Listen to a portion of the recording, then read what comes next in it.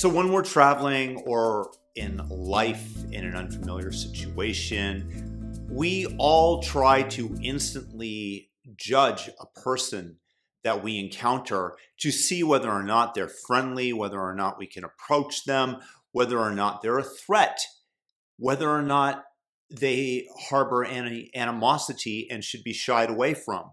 So my wife always wonders when how I'm able to talk to somebody or see somebody very briefly and be able to tell you a lot about them. I'm sure, I hope that this is a valuable skill for people. So if I can make any distinction for you that you can carry forward into your life, that would be the goal. So please thumb up this video if I'm able to do that, or share it with a friend who you think would benefit from this information. So just as an example where this comes up, and you're not always right because people can put on false airs and they can fake it.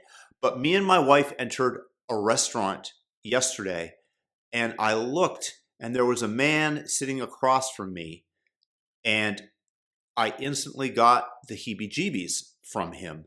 I don't know exactly why, but when I tried to break it down into discernible data, people often, their face leaves a trail of their thoughts throughout their lives. So many times people who are concentrating on negative emotions, we can tell in the moment that they're not feeling good based on their facial patterns. They're frowning, their eyes are squinting together, and that leaves a trail on the face over time. So obviously it's easier to do this in older people. There's an old expression: you get at the age of 50 the face that you deserve. And so for this guy, he was a little bit sullen and he was overly tan, which, being that we're in a tropical climate right now, might have mean that he's a tourist, that he is sunning himself excessively and his skin has capitulated to the sun and is releasing tons of melanin. But nevertheless, it's just something that I noted, and his face was sullen and together, and he did not feel like he was in a happy state at that moment as I looked at him. And I just told myself, be wary of him, and I sat across so that I could see him. And my wife got up and she went to the bathroom, and the guy started to speak to me, and he asked me where we were from, etc. And I responded, and the conversation, honestly, it went very smoothly, and he seemed like a decent guy. And there was another guy who had come and sat down with him at that time, so I was speaking with both of them. But nevertheless, when you have that instinct, you have to be able to trust it. Another time I was, in all places, a place where you definitely should watch out for yourself. I was in Syria, and I had just come out of the desert, and I was ready to leave. The place is called Palmyra. It's out in the middle of Syria in an oasis. This is before the country blew up in 2010, right before, actually, the end of 2010. And somebody approached me and wanted to get a cab fare for himself. He had red hair, and for whatever reason, maybe it was the fact that he was insistent on it and aggressive, but he was very much wanted to give me a cab ride. And, even at this time, you have to be aware, because this is during/after the US invasion of Iraq, and Iraq is not very far, the border, from Syria. And I just instantly knew that there's no way that I'm going to get in the car with him. And he came back a second time and insisted that I get in the car with him. And I said, you know what? I have to go get my bag. And I went back to the hotel where I was staying. It's a very small hotel in this town. And I went straight to the innkeeper, the owner, and I told him to make sure that this man knew to go and tell him that I would not be needing his services. So this was a way to deflect that energy, where I'm not going to get into it with him directly, but he knows that one of the local townspeople knows about him. But it's just that was an instinctual thing based on the energy that was being directed at me. And of course, if somebody's really smooth, they can fool you and everything like that. But once again, it's the look on the face. It's what's etched on the face over time. And then you just have these little intuitions that might have come from your previous experience in terms of dealing with individuals, where you recognize a pattern, and it can be unconscious where you've seen something similar before. I remember I had a girlfriend in Los Angeles, and she introduced me to her business partner, and she asked me what I thought of him.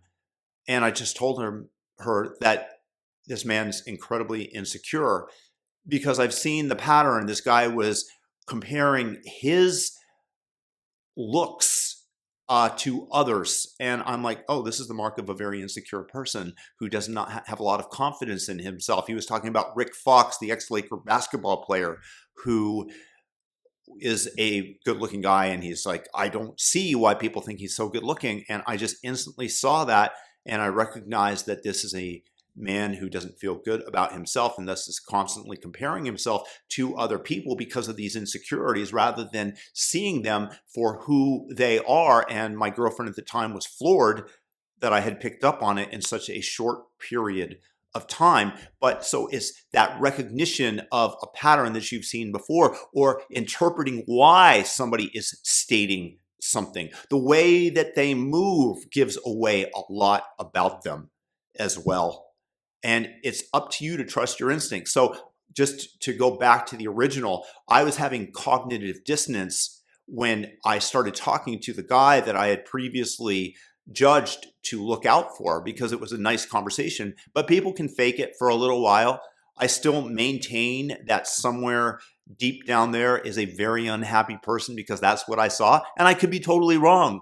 But it's far better to err on the side of caution, especially when you're traveling, than to have etiquette override your instinct and allow yourself to get into a situation with somebody that you shouldn't be.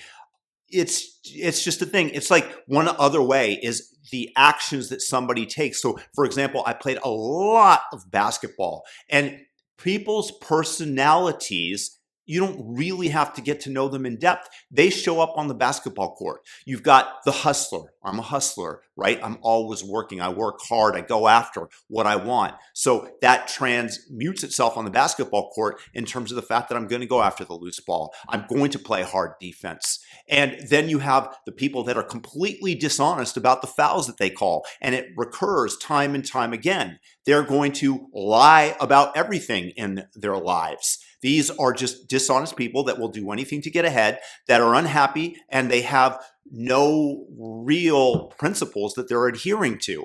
And then you have the people that are incredibly selfish and just hold on to the ball at all times and don't realize that there are other players on the court. And it turns out, like, there was these two guys, Terrell and another man by the name of Marlon, and these two people exemplified this on the courts in Sports Club Los Angeles when I was playing there. Now it's Equinox. It was Equinox at the time too. But, Terrell ended up going to jail because he was the most selfish person on the basketball court, just a hog ball. And he was a good athlete, don't get me wrong, but he ended up going to jail based on the fact that he stole money from his investors. He was just a selfish person. This is the way it manifests itself on the court. So you look at these little things, these little behaviors, and you can easily tell who somebody is just by the way that they play in basketball. I conversely would get mad at the referees sometimes, because I did not feel that they were giving me the call that was justified. So I have a big thing for justice. On the other hand, I didn't want to look bad in front of all the other people. Like, somebody slashes my arm, takes the ball from me. It was clearly a foul. The ref didn't call it. And I yelled at the referee and got a deserved technical foul because I didn't just accept what I thought was an injustice.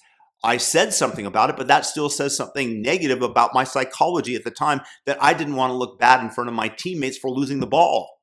And for the ref not to have called that, and I felt embarrassed. So that goes for me too. I mean, you have to see a pattern of these actions because, again, when you're judging somebody, one action can be a dot on a piece of paper, but you get enough of those dots and it starts to form a picture.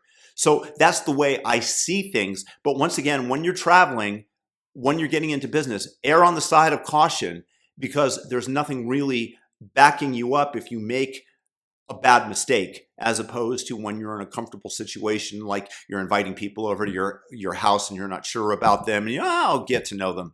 It's a much safer situation than when you're in the middle of the Syrian desert or something like that. And you choose to say, I'm not getting into this, or the cab with this driver because I don't like him because something puts me ill at ease. That's what you absolutely have to do to maintain your safety because there's nobody backing you up there.